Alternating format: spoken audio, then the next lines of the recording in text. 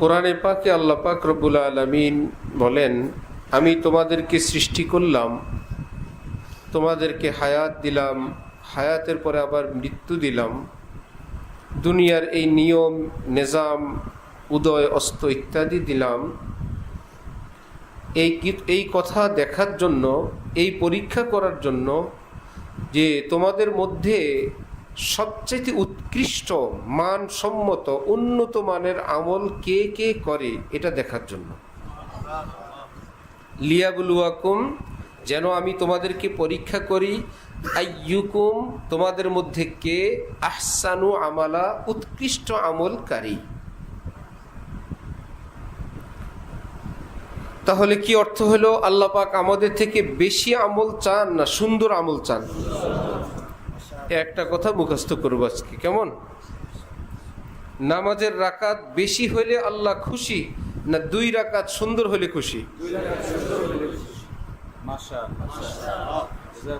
খুব জলদি জলদি করে ভাই 8 রাকাত তাহাজ্জুদ পড়ি, একজনে পড়লেন, আরেকজনে খুব সুন্নত মোতাবেক যত্ন সহকারে 2 রাকাত পড়লেন। আল্লাহ বলেন 2 রাকাতের পুরস্কার বেশি। হযরত মুজাদ্দিদ আল ফেসানি বলেন 1000 রাকাত সুন্নতবিহীন, 2 রাকাত সুন্নতওয়ালা, আল্লাহ পাক 2 রাকাত সুন্নতওয়ালাকে বড় পুরস্কার দান করবেন। কারণ এটা আহসান হয়েছে, লিয়াবলুয়াকুম আইয়ুকুম আহসানু আমালা, এটা আহসান হয়েছে, উৎকৃষ্ট হয়েছে। একজনে উজু করছে শুধু, নামাজও পড়ে নেই সুন্নত মোতাবেক, আরেকজনের নামাজ পড়ছে সুন্নতবিহীন, একবার উজু করলো সুন্নত মোতাবেক, আরেকজনের সুন্নতবিহীন নামাজ পড়লো 1000 রাকাত। 1000 রাকাত সুন্নতবিহীন নামাজের চেয়ে সুন্নতওয়ালা উজুর দাম অনেক বেশি।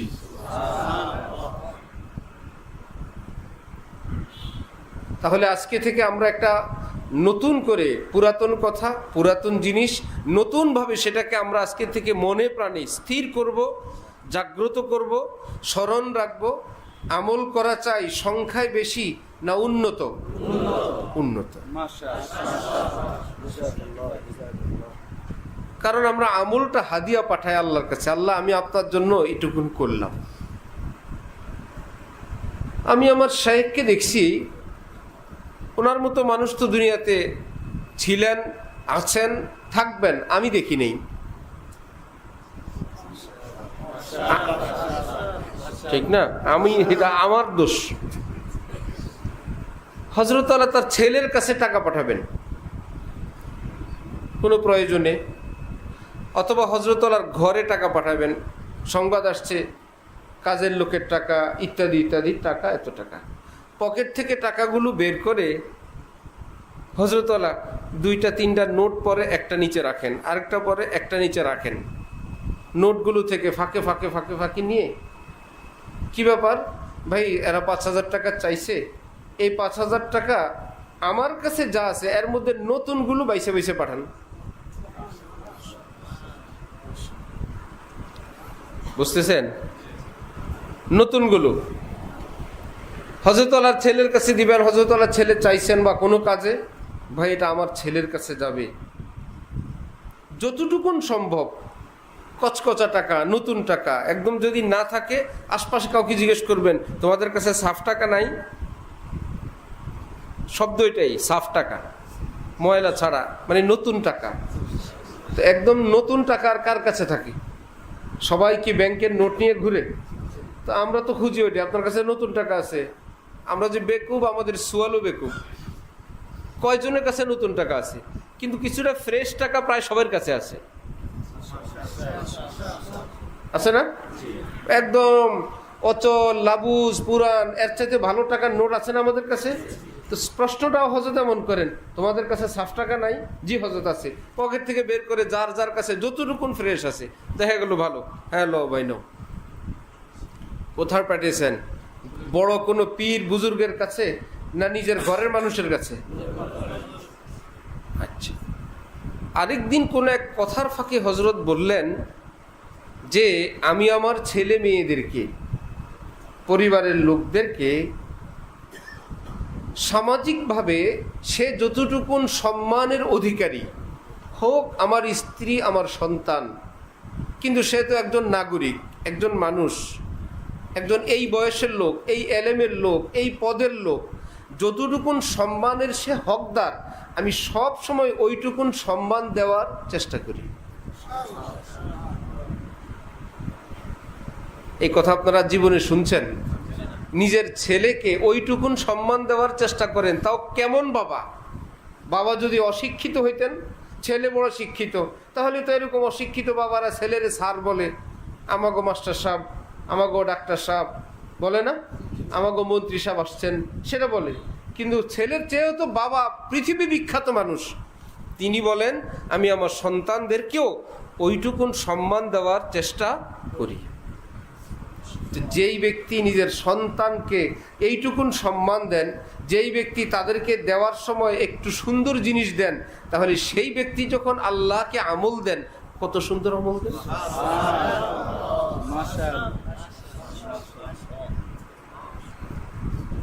লিয়াবলুয়াকুম আইয়ুকুম আহসানু আমালা। হাকিমুল উম্মত হযরত থানভী রাহমাতুল্লাহি আলাইহি নসিহত করলেন, যে আমল তোমরা করো, আমল করার আগে একটা নিয়ত করবে, এই আমলের উসিলায় আল্লাহর সাথে যেন আমার মহব্বত বৃদ্ধি পায়। একটা হলো দায় সারা আমল, আমল করে দায় সারলাম। আরেকটু হলো এই আমলের উসিলায় আল্লাহর সাথে যেন আমার মহব্বত বৃদ্ধি পায়। এই নিয়তটা করার সাথে সাথেই আমলটা অন্যরকম হয়ে যাবে। কোনো রকম করলে হবে না, কারণ আমলের টার্গেট আল্লাহর সঙ্গে খাতির বাড়ানো। জেনতেন একটা দিলে তো মহব্বত হবে না। নিজের প্রিয়জনকে কোনো জিনিস উপহার দিবে, কোনো রকম দেয়, সর্বোচ্চ দেয়, যেন এই দেওয়াটা তার খুশির কারণ হয়। কোনো দিক থেকে কোনো কেউ নিজের প্রিয়জনকে হাদিয়া দেয়, হাদিয়ার খামটাও সুন্দর হয়, প্যাকেটটাও সুন্দর হয়। প্যাকেটটা কি হাদিয়া? হাদিয়া তো ভিতরেরটা। আরে ভাই তুমি কি বুঝবো, আমি যাকে দিব সে যেন প্রথম নজরে প্যাকেটটা দেখেই খুশি হয়ে যায়, যে এত সুন্দর, এত সুন্দর পরিবেশনা, মেহমানের জন্য এত সুন্দর আয়োজন কেন? এটা তো খাবে না, সব তো আমি ফেরত নিব। প্লেট, বাটি, দস্তরখান একটা হইলেই তো হয়, যে না এটা একটা মেহমানের সম্মান, আমি আপনার জন্য দামি সিরামিক্সের প্লেট, বাটি, জগ, গ্লাস, এই তো সেট, এই তো এটা ঢাকনাওয়ালা, এই তো এটা গরম থাকার ব্যবস্থা, আমরা সর্বোচ্চ ব্যবস্থা করি। এগুলো কি মেহমান খায়? এগুলোর কারণে কি তরকারি তার কাছে বেশি মজা লাগে? তারে খুশি করার জন্য, যেগুলো দেখলেই তিনি খুশি হবেন, তার মানে খাওয়ায়ও খুশি করব এবং পরিবেশন করেও খুশি করব। তাহলে একজন মানুষ যদি মেহমানকে খুশি করার জন্য কত বন্দোবস্ত করার পর এবার প্লেট নতুন, জগ নতুন, হটপট নতুন, সব কিছু নতুন দিয়ে, এগুলো আমল না, এগুলো হলো আমলের প্যাকেট। তাহলে আল্লাহ পাকের বান্দা যখন আল্লাহর কাছে আমল পেশ করবে, আবার নিয়ত হবে এই আমলের দ্বারা আমার উদ্দেশ্য আল্লাহ পাকের সঙ্গে যেন আমার মহব্বত বৃদ্ধি পায়। যেটা দেখবেন, আমল হোক, আমলের পূর্বের অবস্থা হোক, জামা কাপড় হোক, আতর হোক, জায়নামাজ হোক, আমার মনের অবস্থা হোক, যেটার দিকে তাকাবেন এটা দেখে যেন তিনি খুশি হয়ে যান। লিয়াবলুয়াকুম আইয়ুকুম আহসানু। এই ক্ষেত্রে আমি আপনি পারবো কিছু উপরের ডিজাইন করতে, কিন্তু রব্বুল আলামিন বলেন ইন্নামা ইয়াতাকাব্বালুল্লাহু মিনাল মুত্তাকিন।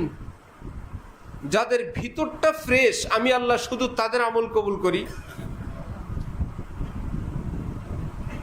কি মুশকিল!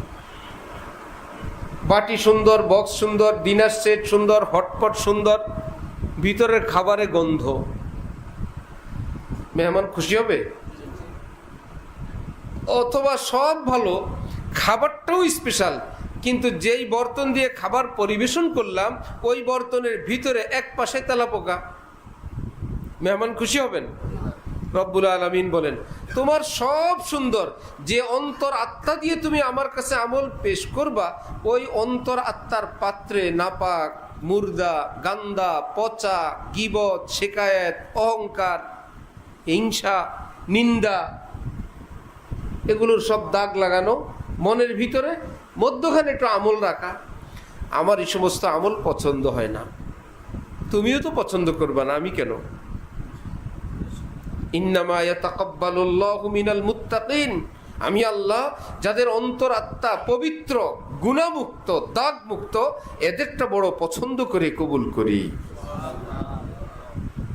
তাহলে উপর সুন্দর করার একটা কাজ, ভিতর সুন্দর করারও আরেকটা কাজ। বর্তনের উপর সুন্দর, ভিতরটা সুন্দর হবে না? ভিতরটাও সুন্দর হবে। এই উপর সুন্দর, এটাকে বলে শরীয়তে জাহিরি। উপর সুন্দর কি বলে? এই যেটা ফরজ, ওয়াজিব, সুন্নত। ভিতর সুন্দর, ওটাকে বলে শরীয়তে বাতিনি, যেটার অপর নাম তরিকত, অপর নাম তাসকিয়া, অপর ডিউটি হইল খানকা।